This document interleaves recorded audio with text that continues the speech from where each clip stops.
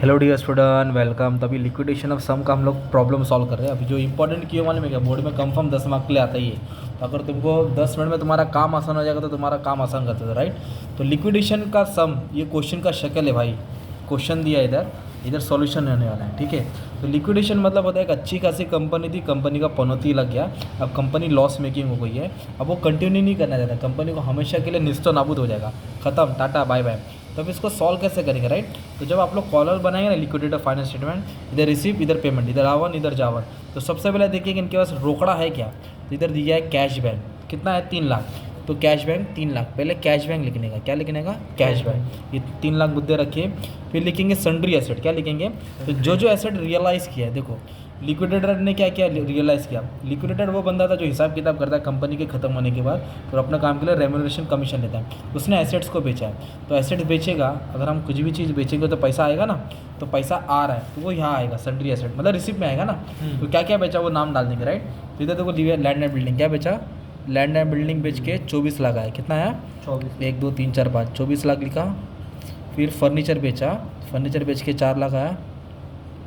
फिर स्टॉक को बेचा, स्टॉक बेच के 11 लाख आया। फिर डेटर्स को रियलाइज़ किया, मतलब कस्टमर से पैसा वसूल किया, 8 लाख आया, राइट। फटाक से टोटल मारूंगा 28 है ना, 28 पे 11 और 8 है ना, 8 मान लो आया 4 लाख 47 लाख। कितना आया, 47 लाख। ये क्या हो गया, सन्ड्री एसेट्स। क्या हो गया, सैलरी मतलब पैसा आया। अब 47 अपने पास एसेट बेच के आया, 3 लाख रोकड़ी पहले से रखा, तो टोटल अपने पास 50 लाख है। कितना है, 50 अब लाख। वो 50 लाख लेके भागना नहीं है, जैसे फिर फेरी में राजू बाबूराव भागते हैं ना। तो वो अपने को क्या करना है, लाइबिलिटीज़ को सेटल करना है, कर्जा देना है ना भाई। तो क्या क्या कर्जा है, सबसे पहला पेमेंट किसको जाएगा, सबसे पहले हम लोग लिक्विडेटर को रेम्यूनरेशन देंगे, कमीशन देंगे। तो वो एडजस्टमेंट में कहीं ना कहीं बोला रहेगा, जैसे कि जो एडजस्टमेंट होता है टिक मार्क करने का, इधर बोला लिक्विडेटर रेम्यूनरेशन 3%। तो 3% किस पे, अमाउंट ऑफ एसेट रियलाइज। तो एसेट बेच के कितना था भाई, 47 लाख है ना। ये कैश को नहीं जोड़ने का भाई, ये एसेट जो बेचा ना इसको, तो 47 लाख। तो लिक्विडेटर को रेम्यूनरेशन दिया 47 लाख। कितना परसेंटेज लिया, 3%। इधर मारेंगे 3%। अब कैल्सी में हमारा फटक से आ गया ना, 3% मार दिया ना, 1,41,000 कितना है, 1 लाख। तो 1,41,000 रेम्यूनरेशन मिला लिक्विडेटर को, वो पेमेंट में डाल देंगे क्योंकि पैसा जा रहा है। तो 50 लाख में से, 50 लाख की गोनी में से 1,41,000 का पेमेंट कर दिया। फिर लिक्विडेशन एक्सपेंस, ये सीक्वेंस याद कर लो, ठीक है। 4 सम देख लिया, याद हो गया। एक्सपेंस देना है लिक्विडेशन का, ठीक है। तो बोला रहेगा तो दे दो, वरना डैश मार दो। हाँ दिया है, एक्सपेंस हुआ लिक्विडेशन का 42,000, लिख दो लिक्विडेशन एक्सपेंस 42,000।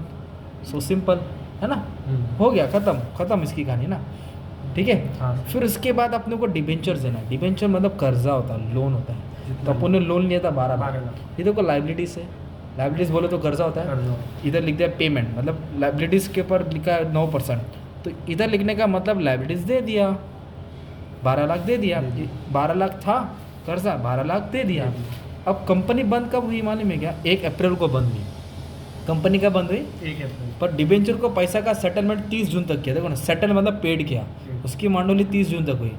तो जब डिबेंचर आराम करेगा तो वो बोलेगा भाई तूने अप्रैल मई जून 3 महीना पैसा लेट दिया, तो 3 महीने का इंटरेस्ट चार्ज करेगा वो।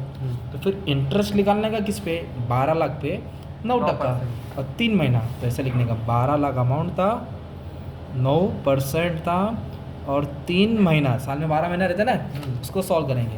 तो 12 लाख पे 9% इंटू 3 डिवाइड बाई 12 किया, तो जो भी अमाउंट आया 27,000। कितना इंटरेस्ट आया, 27,000। तो 6 पानी पूरी की था, एक सुक्का 12 लाख के था, 27,000 इंटरेस्ट, एक नंबर। फिर उसके बाद और भी लाइबिलिटीज हुई, एक होता सिक्योर मतलब पहला, मतलब और अनसिक्योर बाद में, प्रेफरेंशियल लाइबिलिटी। तो कुछ नहीं समझाना है, चारों कर्जा उठा के इधर डाल दो। ये सब अनसिक्योर क्रेडिटर, मतलब देना था तो पहले बड़े कर्जे को दिया। घर पे मेहमान आता है तो पहले चाय मेहमान को देंगे, बचेगा तो बच्चे लोग को मिलता है बिस्किट विस्किट, तो ये भी देना है पर बाद में देना है। तो ये अनसिक्योर क्रेडिटर, तो लाइन से लिख दो चारों।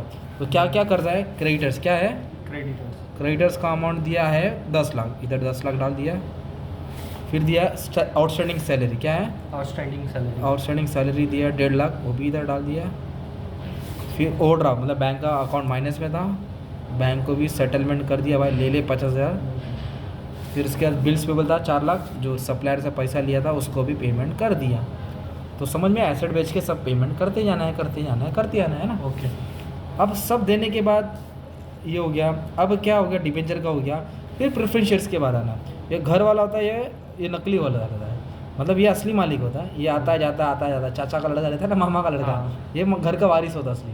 तो ये भी एक, जब घर के कंडीशन में आ रहा तो ये भी छोड़ के चले जाएगा ना भाई। तो प्रेफरेंस शेयर का अमाउंट 16 लाख है, उसको भी रिडीम करना है, रिटर्न करना है। तो 16 लाख था, दे दिया। लिखेंगे प्रेफरेंस शेयर कैपिटल 10%, कितना परसेंट है? 10%। कितना अमाउंट था प्रेफरेंस शेयर का? 16 लाख। 16 लाख। इधर लिख देंगे 16 लाख, सिंपल।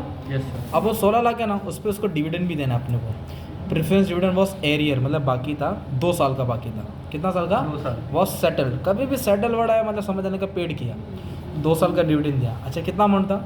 16 लाख। टका 10, तो ऐसे निकालेंगे 16 लाख पे 10%, कितना? 10%। और 2 साल, इसलिए 2 आएगा, 3 साल रहेगा तो 3, 1 ईयर रहेगा तो 1।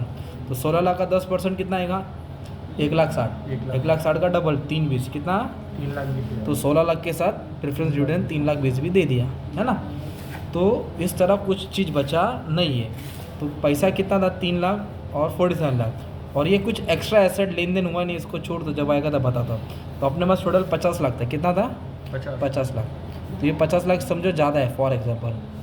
तो 50 लाख में से ये गया, ये गया, ये गया, ये सब माइनस करेंगे। क्या करेंगे? माइनस। तो जो पैसा बचेगा ना, वो पैसा रिटर्न किसको होगा? इक्विटी शेयरहोल्डर को। किसको होगा? Equity shareholder. मान लो बचा 1 लाख, मान लो सपोज 1 लाख बचा, तो बेच के 50 लाख आया। बेच के कितना है? 50 पर ले दे के उसको कितना बचा? 1 लाख। 1 लाख।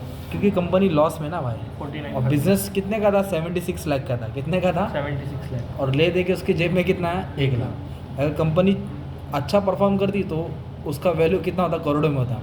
तो ये होता है, कंपनी चली तो चांद तक, वरना शाम तक। तो रिटर्न किसको मिलेगा? Equity shareholder. ये तुम्हारा ना 10 मार्क का सम है, ये क्वेश्चन है, ये तुम्हारा आंसर है। आप इसके कैसे भी टाइप के समय सब अपलोड कर दिया, और बाकी का भी अपलोड करने वाले इसका इंपॉर्टेंट लेक्चर, वो भी वेट करना।